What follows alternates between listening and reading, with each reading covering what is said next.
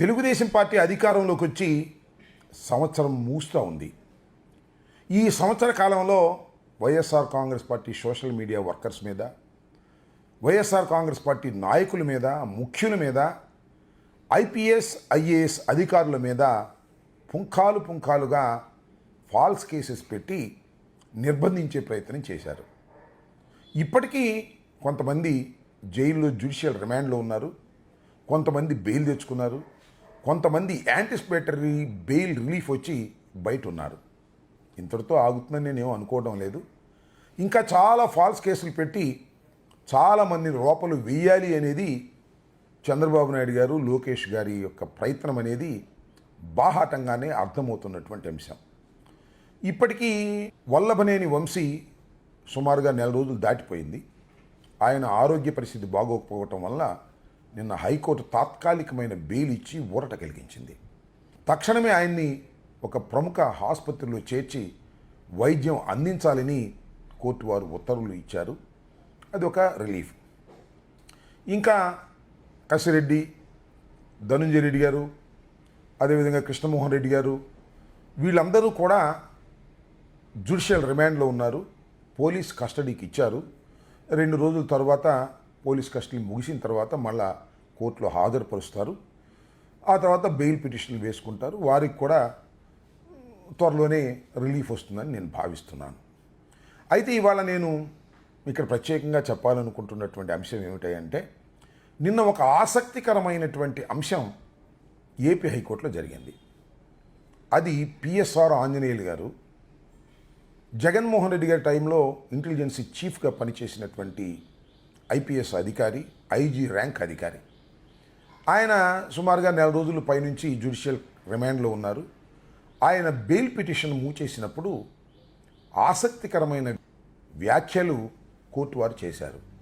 అది ప్రముఖంగా అన్ని పత్రికల్లో కూడా వచ్చాయి. ఇక్కడ విషయం ఏంటంటే, ఒకసారి వెనక్కి వెళ్ళి ఈ కేసు గురించి 2 మాటలు మనం ఇక్కడ చెప్పుకోవాలి. కాదంబరి జత్వాని బాంబేకి సంబంధించినటువంటి ఒక చిన్న సినిమా నటి. ఆమె మీద చాలా ఆరోపణలు ఉన్నాయి. ఆమె హనీ ట్రాప్ చేస్తుందని, చాలామందిని మోసం చేసిందని. ముంబైలో కూడా కేసులు ఉన్నాయి, విజయవాడలో కూడా కేసు పెట్టారు. కుక్కల నాగేశ్వరరావు గారు ఆమె మోసం చేసిందని, తన దగ్గర డబ్బు తీసుకుందని, ఇలాంటి ఎలిగేషన్స్ మీద ఒక ఎఫ్ఐఆర్ రిజిస్టర్ చేశారు. ఆ రిజిస్టర్ చేసినటువంటి ఎఫ్ఐఆర్ను ఆధారంగా చేసుకొని పోలీసు వారు వెళ్ళి ముంబైలో ఆమెను అరెస్ట్ చేశారు. అరెస్ట్ చేసే ముందు ముంబై పోలీసులతో చెప్పి వారి సహకారంతో అరెస్ట్ చేశారు. అరెస్ట్ చేసిన తర్వాత అక్కడ కోర్టులో ప్రొడ్యూస్ చేశారు. అక్కడ కోర్టు వారు ట్రాన్సిట్ అరెస్ట్ వారెంట్ కూడా ఇచ్చారు. ఆ ట్రాన్సిట్ పర్మిషన్ తీసుకొచ్చి విజయవాడ కోర్టులో హాజరుపరిచారు. విజయవాడ కోర్టు వారు రిమాండ్ ఇచ్చారు. రిమాండ్ ఇచ్చిన తర్వాత జ్యుడిషియల్ రిమాండ్కి వెళ్ళారు. జ్యుడిషియల్ రిమాండ్ నుంచి పోలీస్ కస్టడీకి అడిగారు. పోలీస్ కస్టడీ ఇచ్చారు. విచారణ తర్వాత మళ్ళా జ్యుడిషియల్ రిమాండ్కి వెళ్ళారు. ఆ తర్వాత బెయిల్ మూవ్ చేసుకున్నారు. బెయిల్ వచ్చింది, వెళ్ళిపోయారు. ఇది నక్షల్లో కథ, జరిగినటువంటి వాస్తవం.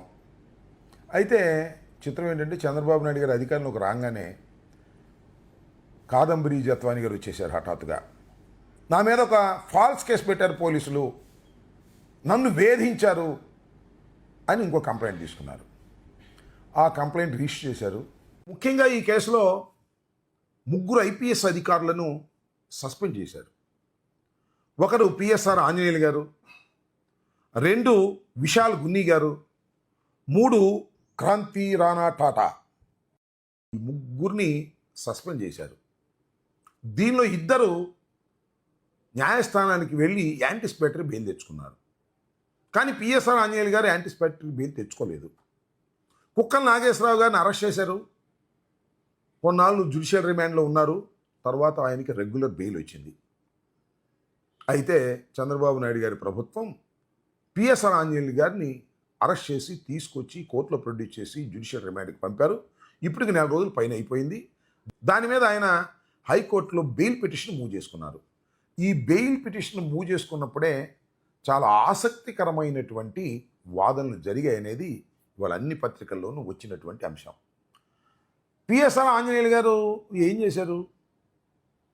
అంటే ఈ కేసు రిజిస్టర్ చేసే దానిలో ఆయన కింది వారిని ఆదేశించారు, ఇది ఒక కుట్ర, ఇది ఒక ఫాల్స్ కేస్ అనేది ప్రభుత్వం తరపున పోలీస్ తరపున వాదనలు చేస్తే కోర్టు వారు ఏమన్నారంటే, మీరు ఎలా చెప్తారు ఫాల్స్ కేస్ అని, న్యాయస్థానంలో ఉంది కదా, మీరు చేయాల్సిందేంటి పోలీసులు, కేసు రిజిస్టర్ చేయటం, ఎంక్వైరీ చేయటం, కోర్టులో ఛార్జ్షీట్ పడేయటం, ఆ తర్వాత కదా ఫాల్సా లేక ఫాల్స్ కాదా అని నిర్ణయించవలసింది, అది నిర్ణయించేది న్యాయస్థానాలు అనేటువంటి వ్యాఖ్య చేశారు. చాలా వ్యాలిడ్ వ్యాఖ్య, రీజనబుల్ వ్యాఖ్య కోర్టు వారు చేయటం అనేది ఇక్కడ అందరూ గమనించాలని మనం చేస్తున్నాం. అంటే విధి నిర్వహణలో ఐపీఎస్ అధికారులు పనిచేస్తే ఆ కేసు ఫాల్స్ కేసు అని కేసు పెట్టి వాళ్ళని అరెస్ట్ చేస్తే ఇంకా వ్యవస్థ ఎలా ఉంటుందో చెప్పండి, నాకు అర్థం కాలేదు. ఫర్ ఎగ్జాంపుల్, మొన్న పండ్లాల్లో గుండ్లపాడు అనే చోట ఫ్యాక్షన్ హత్యలు జరిగాయి. ఇద్దరిని దారుణంగా తెలుగుదేశం వాళ్ళని చంపేశారు. దానిలో పిన్నెల రామకృష్ణారెడ్డి గారిని ఆయన తమ్ముడిని ఎక్యూజ్డ్గా పెట్టారు, విచ్ ఈజ్ ఎ ఫాల్స్. అంటే ఏంటి, రేపు మళ్ళా వైఎస్ఆర్ కాంగ్రెస్ పార్టీ అధికారంలోకి వచ్చిన తర్వాత మీరు ఫాల్స్ కేసు పెట్టారని అక్కడ ఉన్న ఎస్పీని డిఎస్పీని సస్పెండ్ చేసి జైలుకి పంపేస్తే ఎలా ఉంటుంది, బాగుంటుందా? ఇది పద్ధత? అలాంటప్పుడు పోలీసు వారు ఇంకా విధులు ఎలా నిర్వహిస్తారు? ఇక్కడ 3 ఐపీఎస్ అధికారులను సస్పెండ్ చేశారు. ఒక ఐపీఎస్ అధికారి ఐజీ ర్యాంక్ని మీరు జైల్లో పెట్టారు. దానికోసం బెయిల్ మూవ్ చేస్తున్నప్పుడు కోర్టు వారు వ్యాఖ్యలు గమనించాలని కూడా ఈ సందర్భంగా నేను చెప్పదలుచుకున్నాను. ఇదేమన్నా మేము ఇప్పటికే 60 మంది సాక్షులు విచారించాం, ఇంకా చాలామంది సాక్షులు విచారించాలి అన్నారు. ఏం కేసు ఇది, ఇంతమంది సాక్షులు విచారించడానికి? ఇదేమన్నా రాజీవ్ గాంధీ హత్య కేసా అని కూడా వ్యాఖ్యానించారు. ఇది నేను ఎందుకు చెప్తున్నానంటే, పోలీసు వారు గమనించాలి.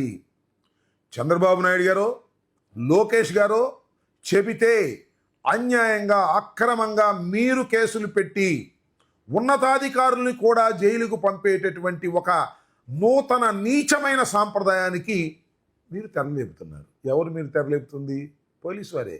ఇరుక్కునేది ఎవరు? పోలీసు వారే.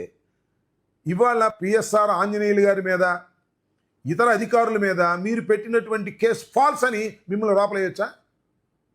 ఇది సాధ్యమేనా? సాధ్యమే అంటున్నారు. ఎవరు? మేం కాదు, తెలుగుదేశం ప్రభుత్వం అంటుంది. ఎవరైతే కేసులు పెట్టి రిజిస్టర్ చేసి ఎంక్వైరీ చేసి అరెస్ట్ చేసి ఎవరినైతే జ్యుడిషియల్ రిమాండ్కు పంపుతారో జత్వానీలాగా, అలాంటి వాళ్ళందరినీ కూడా మళ్ళీ మేము అరెస్ట్ చేసి జ్యుడిషియల్ రిమాండ్కి పంపొచ్చు అనేటువంటి ఒక కొత్త లాని తీసుకొచ్చారు. ఇది తప్పనిసరిగా బూమ్రాంగ్ అవుతుంది. ఈ కేసు మెడకు చుట్టుకుంటుంది. ఎవరు మెడకు చుట్టుకుంటుంది? లోకేష్ మెడకు చుట్టుకోదు, చంద్రబాబు మెడకు చుట్టుకోదు.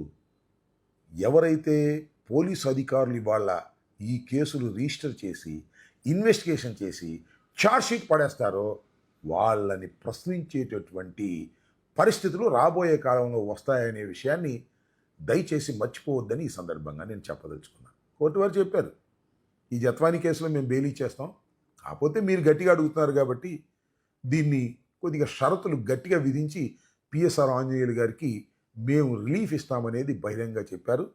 పిఎస్ఆర్ ఆంజనేయులు గారికి రిలీఫ్ వస్తుంది, పిఎస్ఆర్ ఆంజనేయులు గారు బయటకు వస్తారు.